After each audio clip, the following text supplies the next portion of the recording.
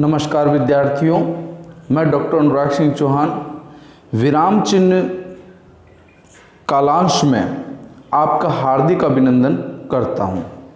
विराम चिन्ह कालांश की इस अंतिम 5वीं कड़ी में हम भाव चिन्ह के बाकी बचे हुए प्रारूपों एवं भेदों के बारे में जानेंगे। बच्चों, जैसा कि हमारे पूर्ववर्ती कालांश में हमारी बात हुई थी कि विराम चिन्ह जो मूलतः है, जो हमारी चिन्ह परंपरा है, उसके दो अंग थे, एक विराम चिन्ह एवं भाव चिन्ह।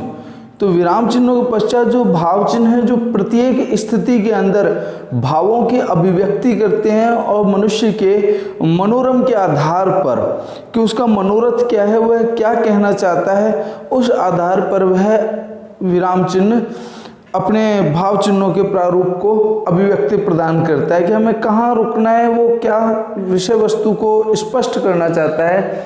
इसी संदर्भ में जो 9वां बिंदु है वह हंस पद, त्रुटि चिन्ह, काक पद और इसको एक ऊपर की तरफ में एक लघु तीर की तरह से संबोधित किया जाता है। लोप चिन्ह ये डॉट डॉट डॉट इस तरह से, और फिर ये क्रॉस का चिन्ह, फिर अवतरण अथवा उद्धरण चिन्ह, ये दो प्रकार के होते हैं, इकहरा व दोहरा। ये नीचे देखिए यहाँ पर दिए हुए हैं। विकल्प चिन्ह एक ऑब्लिक का चिन्ह होता है, एक तिरछी सी रेखा, एक समता सूचक चिन्ह, ये बराबर का।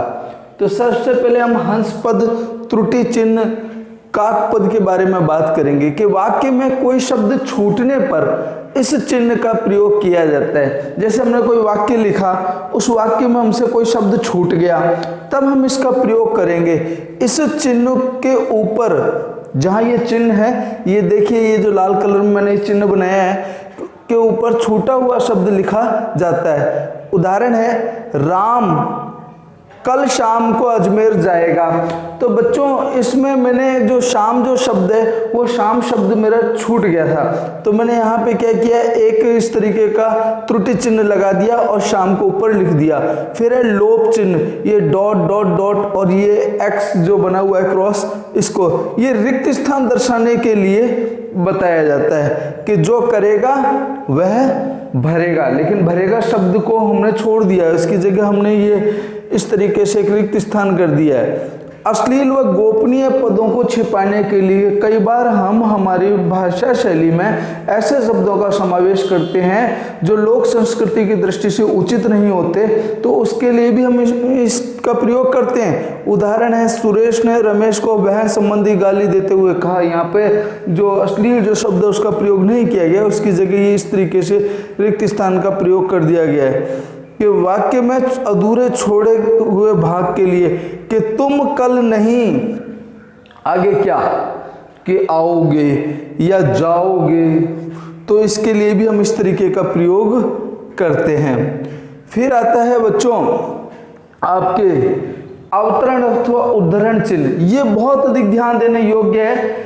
इसमें इकहरा को इस तरीके से ये सिंगल ये बने हुए, और उपविराम भी कहा जाता है इसको, और दोहरा में ये डबल आता है। इकहरे का प्रयोग कहाँ होता है कि लेखक का उपनाम, जैसे सूर्यकांत त्रिपाठी उपनाम है उनका निराला, तो निराला को इस इकहरे चिन्ह में प्रयोग करेंगे।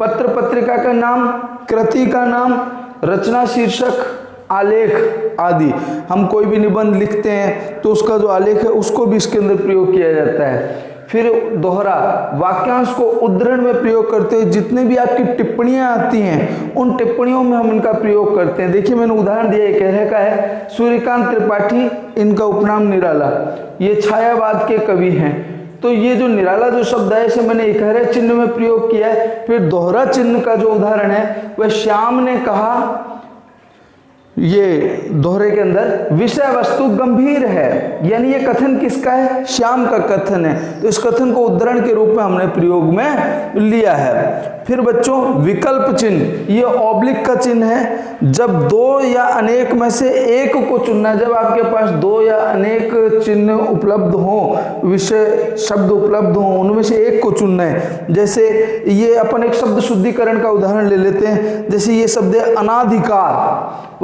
वास्तव में अनाधिकार शब्द गलत है, इसके लिए शुद्ध शब्द है अनधिकार। जहाँ पे ये मैंने देखिए एक सही का चिन्ह लगा रखा है राइट का, तो ये दो शब्द थे, इनमें से मैं एक को चुनना था तो हमने एक को चुन लिया।